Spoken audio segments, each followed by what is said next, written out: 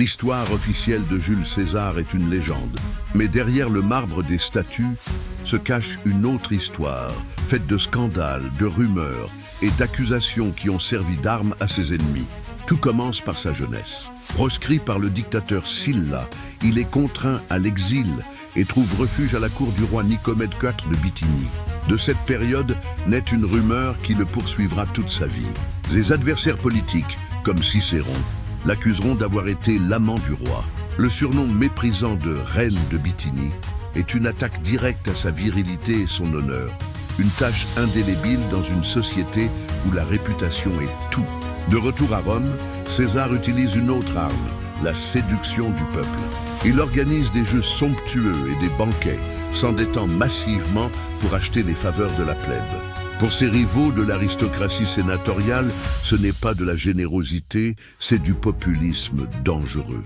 Les rumeurs le dépeignent comme un démagogue irresponsable, prêt à tout pour satisfaire une soif de pouvoir sans limite. Puis vient la Gaule, officiellement une campagne pour protéger les frontières de Rome. Cette guerre de près d'une décennie se transforme en une conquête personnelle. Il amasse une fortune colossale et se constitue une armée de vétérans qui lui est entièrement dévouée. À Rome, la rumeur enfle.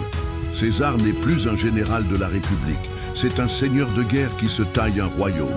Son rival, Pompée, et le Sénat le voient comme une menace existentielle. Le point de non-retour est atteint lorsqu'il installe sa maîtresse, la reine d'Égypte Cléopâtre, et leur fils Césarion dans une villa aux portes de Rome. Le scandale est immense. On murmure qu'il veut faire de Rome une monarchie de style oriental et déplacer la capitale à Alexandrie. En se faisant nommer dictateur à perpétuité, il brise le dernier tabou républicain. Pour le Sénat, les rumeurs sont devenues réalité. César est un tyran qui veut devenir roi.